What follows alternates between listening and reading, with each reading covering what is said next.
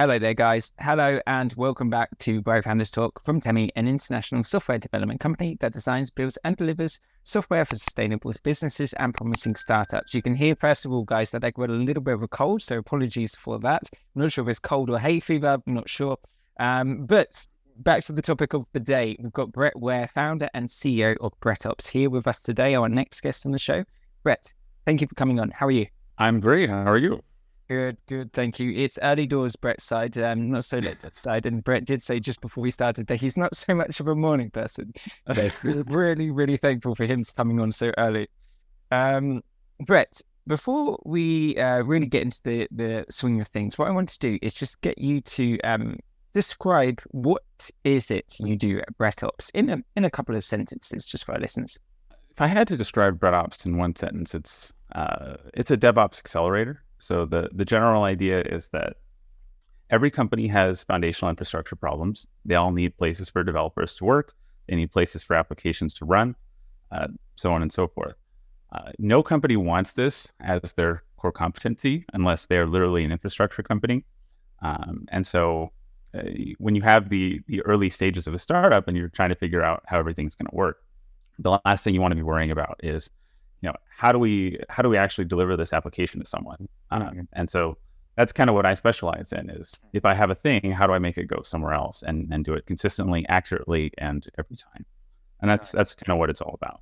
Very good. We will be delving into this a little bit more throughout the session today. But before we do, I want to get to know you a little bit better.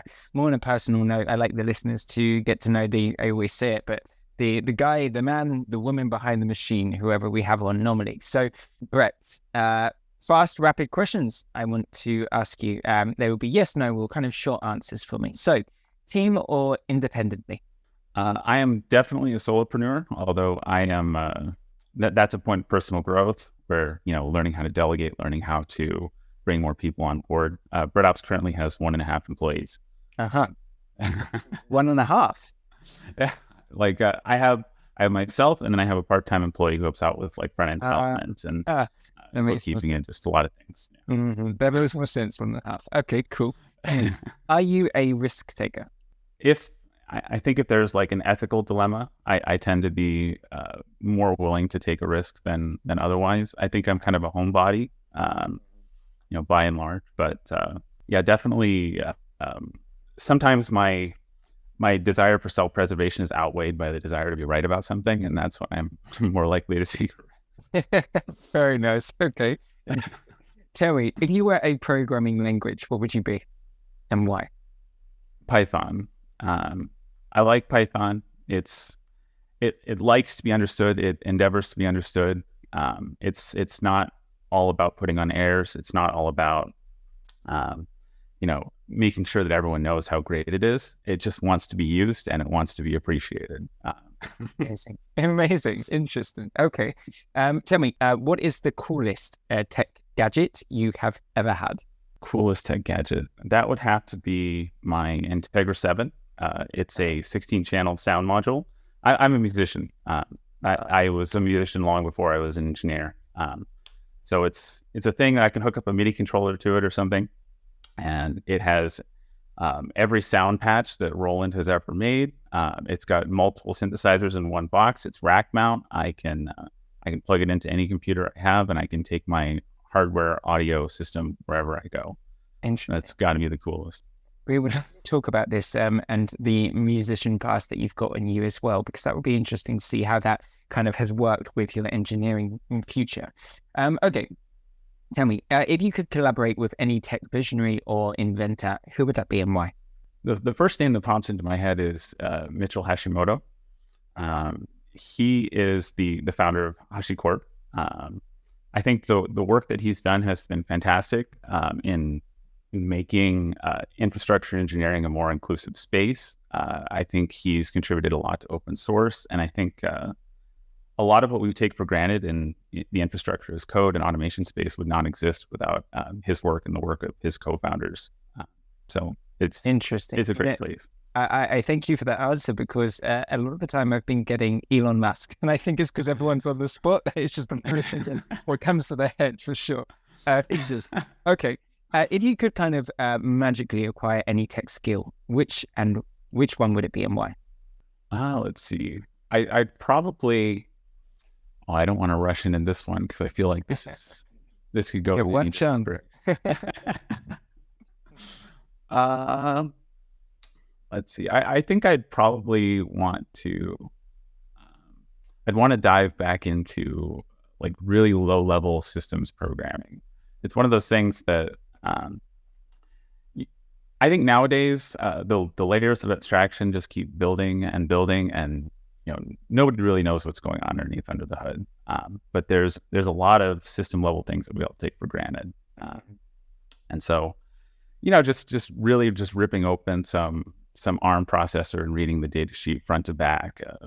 I don't have time to do that, and I don't envision myself having time to do that for the foreseeable. That's why you've got the one wish, you get to expect that. Okay, perfect. Tell me, are you focused more on short-term goals or long-term goals? Infrastructure is all about long-term. So there's definitely an argument to be made for, well, obviously if we run out of money, then all of this is going to be useless.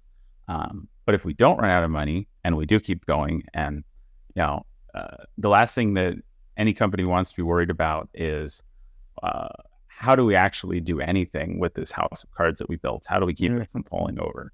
And I find that in every job, every industry that I've ever worked in, that's been kind of a consistent theme for myself, is that I don't want to have to deal with things breaking all the time. It's frustrating. You only want to do things once, and then you want to move on to something else because you have a short attention span. And so being able to build something and build it correctly and then move on and not have to worry about it coming back to haunt you periodically is kind of my thing. So long-term, definitely.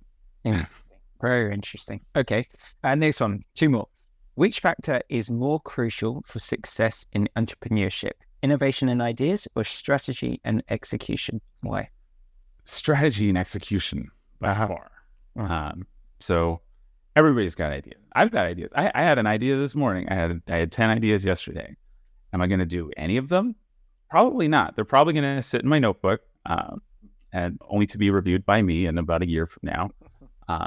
Meanwhile, like ideas that I've had years ago, I'm just now barely getting around to actually doing anything with them, because it's a question of resources. It's a question of time. It's a question of, do I have the wherewithal and the capacity to actually build this thing? In fact, a large number of companies are founded on the presumption that somebody else did something cool, and we're just going to do that. That's very true. And so, having a war chest of money to just throw at a problem, oftentimes is as cynically as it sounds, it's a bigger differentiator than, is this the world-changing thing that's going to make everything happen? I think that's where I have to sit on that. Interesting. Okay, good. And last one for you. Are you happy with this year's success so far? Yes, absolutely. So I guess I'll answer this by saying that BrettOps is not a huge company. It's likely never going to be a huge company. It's kind of a thing that I'm doing for myself. But BrettOps is also not my first startup. So I think it was, what was it, Lame Station? Lame Station, and that is correct, and it is hilariously named.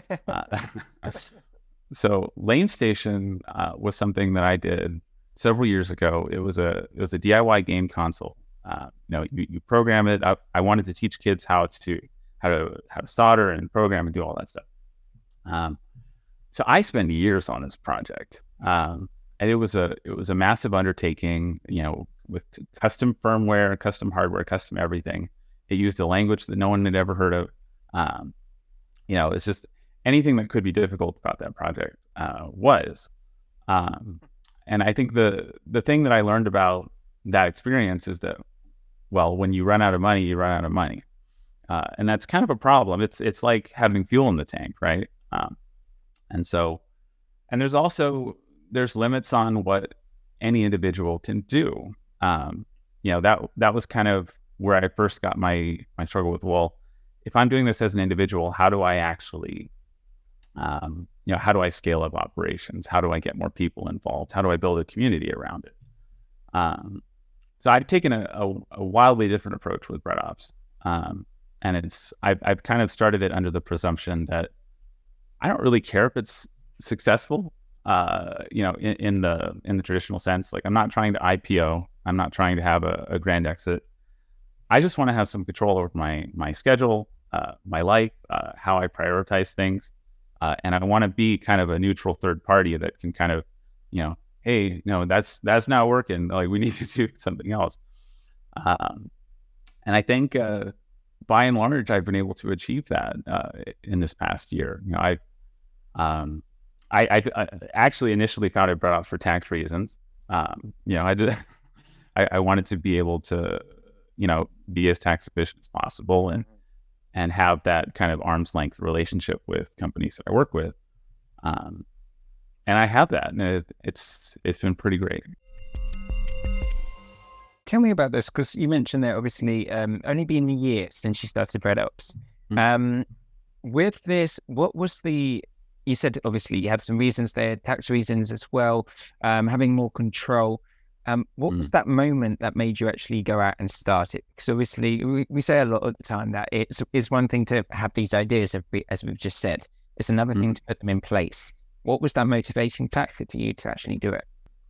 I think so I had just gotten, I was hot off my tenure at Sentient, and that was a wonderful period of personal growth for me. I stayed there for, I think, almost 2 years. But in that time, I went from being kind of, reluctantly sort of involved in DevOps, and I think I kind of started owning the fact that no matter what company I go to, I find myself just gravitating towards the same kinds of projects, towards automation and infrastructure and that kind of thing.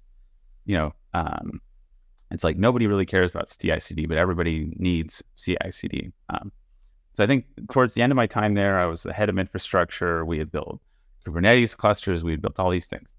And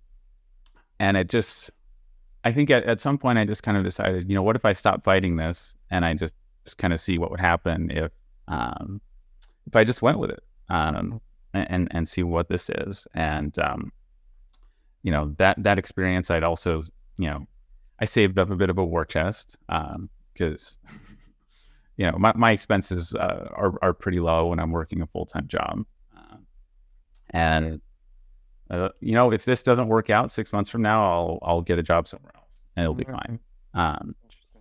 So I don't think there's never really been like the perfect moment where I'm like, oh, okay, yeah, this is definitely what we're going to do now. It's been more like, I guess I've got the time, I've got the space to do it, and nothing terrible is going to happen if I try to. Sure. Yeah. And there's definitely, it's not something that I would be doing if I was a sane person. It's definitely far and away much easier to just get a job somewhere and just stay there forever, or until they lay you off or something. Yeah.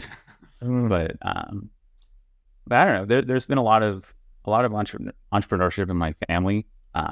Like a lot of different companies started by different people that I know, and I've kind of grown up with that as my example of like, that it's like the American dream. That's like the. You just.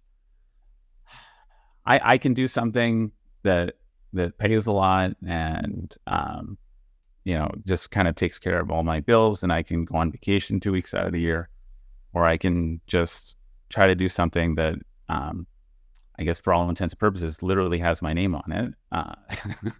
That, is made in my own image, and it's just, something fun that I can tell a better story about. And I think that's what it ultimately comes down to. Tell me about this MVP at the beginning. How did you approach your MVP at the beginning, and has it changed at all within this last year?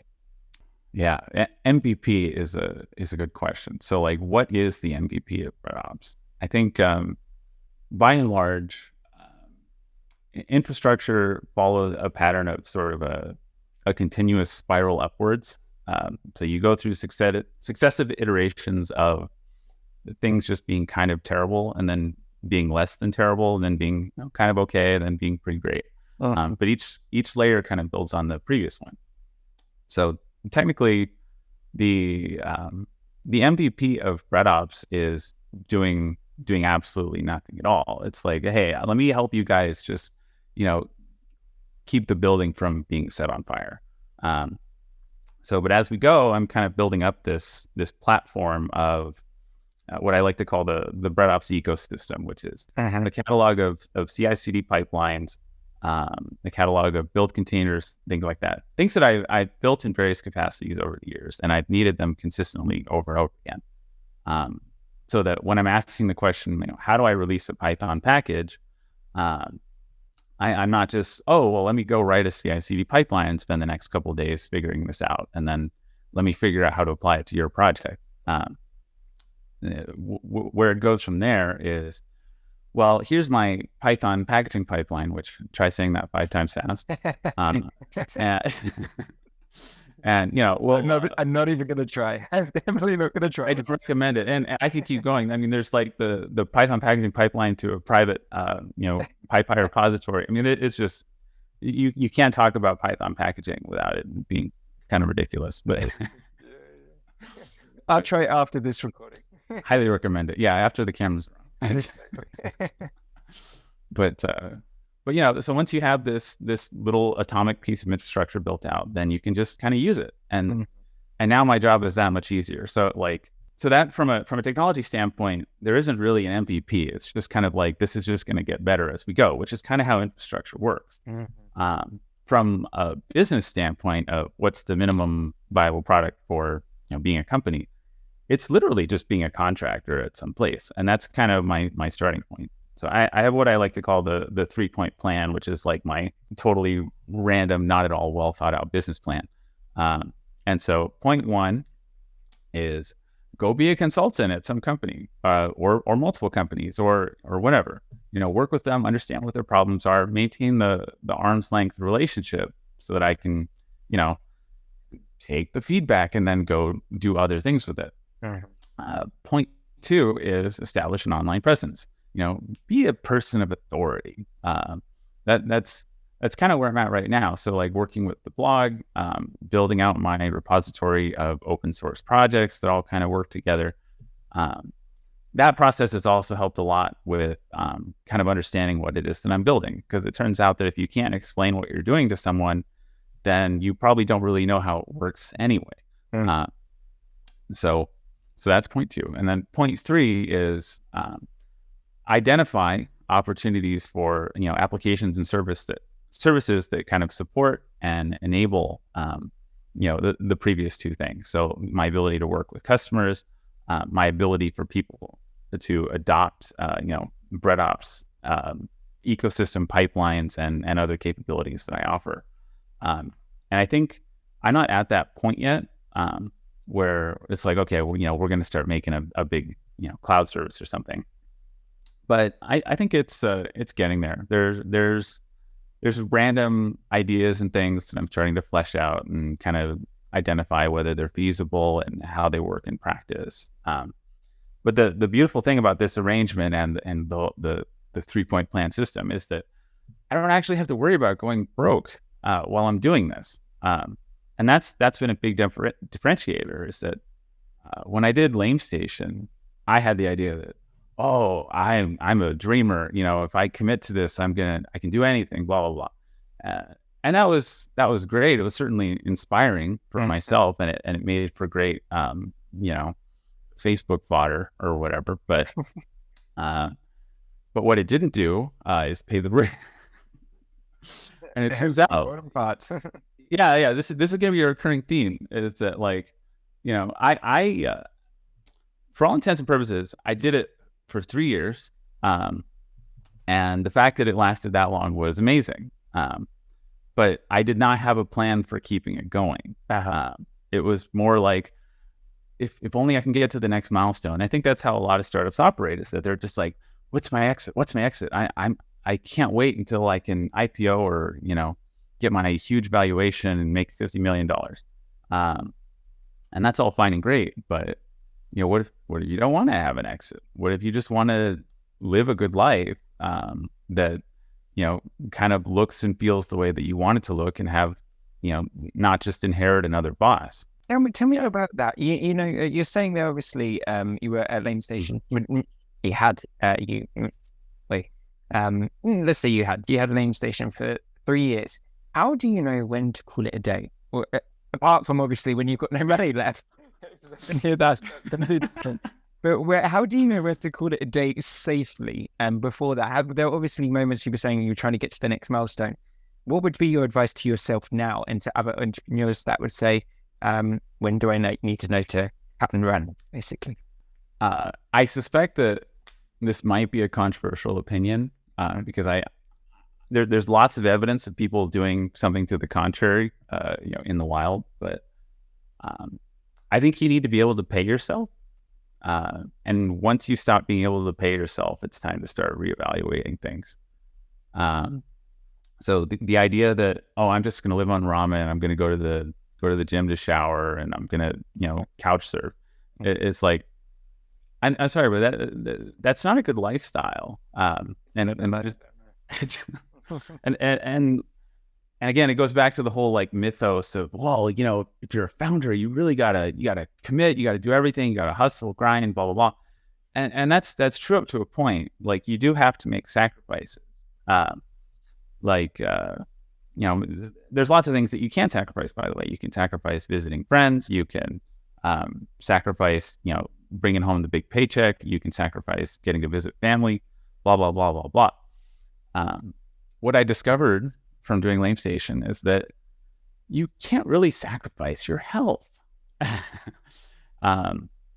So I'm not entirely sure if I want to have this in the interview or not. I guess we'll cross that bridge when we get there. But in 2015, I had a grand mal seizure, and that was totally unexpected. It is not something that had ever happened to me before. But really, what led up to that was just the fact that there was a period where I was just staying up later and later, and I was just working on things, and I was getting less sleep.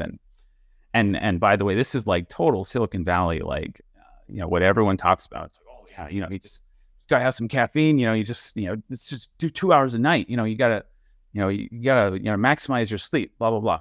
No, you gotta get some sleep. You gotta go to bed. Sorry. Is that what you were doing? Wait, were you doing like 2 hours a night?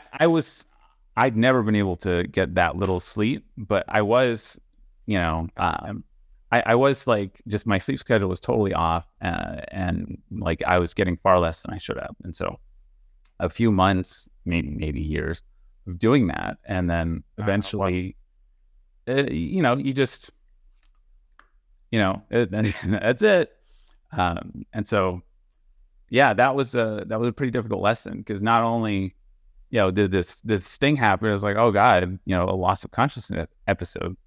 But, that kind of knocked me off my feet for like 4 months. It's like that. If you look at my GitHub profile, like Be Weir, there's a period in 2015 where all of my commits stopped in like the middle of the summer.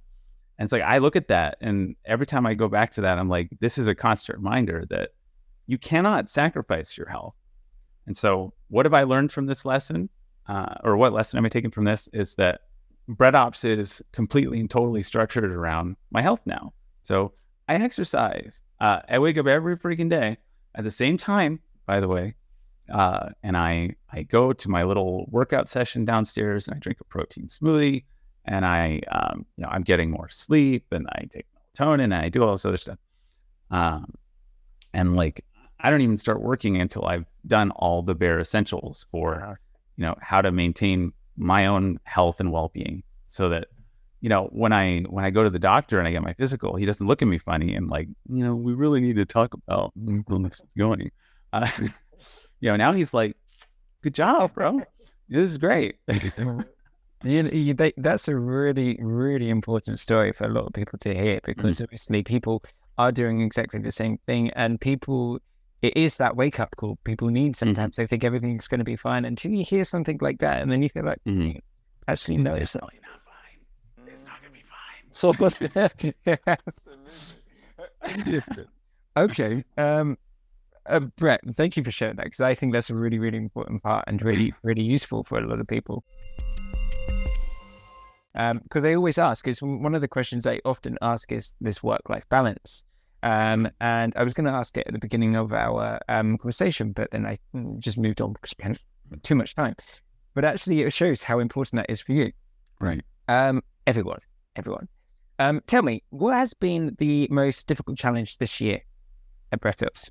So I think what's great about BrettOps is also what's difficult about BrettOps.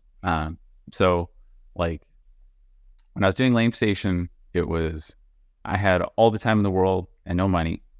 When I have a job, I have all the money in the world and no time to do anything. So with BrettOps, my idea was maybe I could just be kind of somewhere in the middle. I can have some time, some money. So, it's been easy to kind of keep things going in some capacity. Things don't move as quickly as I'd like on both fronts. So just, I think making that work, getting enough time in to make the money, getting enough time in to work on a project, getting enough time in to work on my blog. I think it's definitely been a challenge because you still, when you're not taking funding from someone else, you can't just, throw everything at the wall and all right, we're just going to do it now. It's going to be great. It's like, no, you have to pace yourself. And so I think that's probably been the biggest challenge. And I'm happy to say that's been the biggest challenge, because it's much better than the biggest challenge being I'm $100 million in debt and we're going to foreclose my house. Absolutely. The challenge, we definitely don't want that second one. Absolutely. Okay. Where do you think the future is going in this industry? Where do you think are we going to in the near future? Obviously not in 50 years in time. Where are we going? Obviously, we've got the advances of AI, machine learning now. Where are we going, and is it good? It's interesting. I actually wrote a blog post about AI a few weeks ago and just my thoughts on the subject. So like, I'm not an expert by any stretch of the imagination, but I certainly have to be familiar with it because it's all like, I go on Hacker News and I scroll through there every day, and I've noticed increasingly that half the articles are about, oh, I did this with ChatGPT. I did that with ChatGPT. It was super great. It's all I see on LinkedIn these days. Yeah. It's all anyone cares to think about. So the fun thing about AI is that it's great at generating or remixing information that already exists. It's also great at hallucinating information that doesn't really exist. So one thing that I've tried doing a few times, mixed results, is trying to get ChatGPT to spit out some kind of a draft of an article or something. I asked it to write a tutorial about a topic, and it more or less regurgitated the README on an open source project. Another time I asked it to write about a different topic, and it just made up this config file syntax for like something I've never even seen before, about how to configure this open source application. And it was obvious that, external DNS, which is like a Kubernetes project, was not in the data set. So it just hallucinated this whole article that was totally nonsense, and it added no value to anything. I see that as being my biggest concern, with where things are moving, is that it's become very easy to just produce something, whether that thing has value, whether that thing is true or verifiable or even helpful, it is another question. So a lot of the startups that are coming out right now, where it's just like, oh yeah, we did some prompt engineering and we spit out some error message from, I don't know, Grafana or something, and we shove it into ChatGPT, and it's like, oh yeah, that's super great. ChatGPT can tell you exactly the same thing that the that the config or that the error log tells you, but remixed. So I feel like I've started to digress a little bit. No, it makes sense completely. So basically, you're it's more the direction in which it's going with regards to the quality of the content that it's giving, but everyone isn't considering it to be the most amazing quality because it's ChatGPT. Yeah, basically, if there's a human operator somewhere who's already written an article about something or published a research paper, there's a reasonable chance that ChatGPT is going to give you something that might be close to the truth. Yeah. You still have to go back and verify it all yourself anyway. So do you save yourself any time? I don't know. Like I certainly, I don't anticipate, despite the plethora of like AI powered infrastructure, this and that startups that are coming out, I question whether that's going to replace human operators anytime soon, mainly because in infrastructure, it doesn't really matter how quickly you get an answer. What matters is it the right one? Yeah, absolutely. And that matters to a very large degree because, you can't just tear it down and push a new version of your entire cluster stack. It's like there's a lot of changes that you will make to a live deployment that the only way to fix them is by completely tearing down everything, rebuilding your chain of trust, doing some extended manual process that you may or may not ever survive from. So I don't know. We'll see. And we will see. Absolutely. And Brett, interesting. Last question I want to give you here. So, what would you have to achieve for the rest of this year to be? You said you're happy with the with how it's going so far this year. But what would you have to do and achieve this year for you to be happy with how BrettOps is going before the close of this year? I think with the way things are moving, I want to get to a point where some number of people are reading my blog every day. I don't necessarily have an exact number, but what I've learned from various experiences, and I think I mentioned this earlier in the call, is that if you don't have a community, then the work that you're doing doesn't actually matter because nobody knows about it. It's very easy to kind of dive into the technical problems and use that as a shield for having to worry about the business side of things. And that's something that the temptation for that is very strong because the technical problems are very fun. But I think I want to be able to point to the dashboard and be able to say that someone somewhere is reading my blog.